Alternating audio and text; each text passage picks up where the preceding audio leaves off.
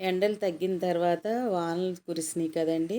అంటే అంత బాగా ఏమి రాలేదండి వానలు. గార్డెన్ అయితే యాసవికాలం ఎండలకి అంతంత మాత్రంగా ఉన్నప్పటికీ కూడా ఇప్పుడు కొద్దిగా వాన పడేటప్పటికి చక్కగా పచ్చగా కనిపిస్తున్నాయండి.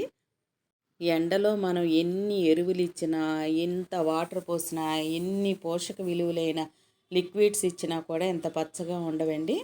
ఇదిగో వానొచ్చేటప్పటికి అసలు చెట్లు మాత్రం భలేగా ఉన్నాయండి. పచ్చగా నిగనిగలాడుతున్నాయండి. తొలకరి వానకే చెట్లన్నీ కూడా ఎంతో సంతోషంగా కనిపిస్తున్నాయండి. మనం అసలు ఈ వానలో ఇలా వచ్చేటప్పటికి మొక్కలింక చూస్తుంటే ఎంత ఆనందంగానో అనిపిస్తదండి. వానాకాలం వచ్చింది కదండీ! ఫ్లోర్‌ని మాత్రం చాలా నీట్‌గా ఉంచుకోవాలండి. మట్టి గానీ, ఆకులు గానీ ఎక్కడ ఉండనీయకూడదండి. డ్రైనేజీ హోల్స్ పూడిపోయి వాటర్ నిలబడిపోతాయి. అది మాత్రం చాలా కేర్‌ఫుల్‌గా ఉండాలండి. ఇదిగో డ్రాగన్ ఫ్రూట్ చెట్టుకి కూడా డ్రాగన్ ఫ్రూట్ వచ్చిందండి.